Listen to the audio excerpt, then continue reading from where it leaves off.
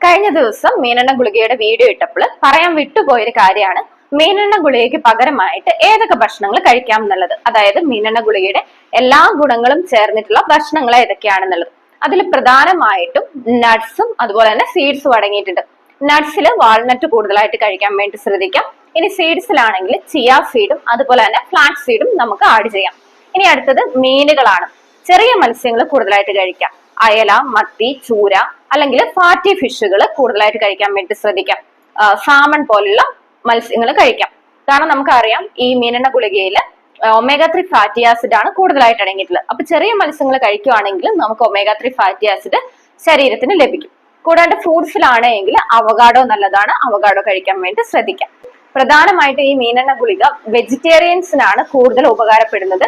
non veg കഴിക്കുന്നവർക്ക് നമ്മൾ ഈ ഭക്ഷണത്തിൽ നിന്ന് തന്നെ മീനുകളൊക്കെ നന്നായിട്ട് കഴിച്ചാൽ തന്നെ നമുക്ക് ആവശ്യമുള്ള ഒമേഗ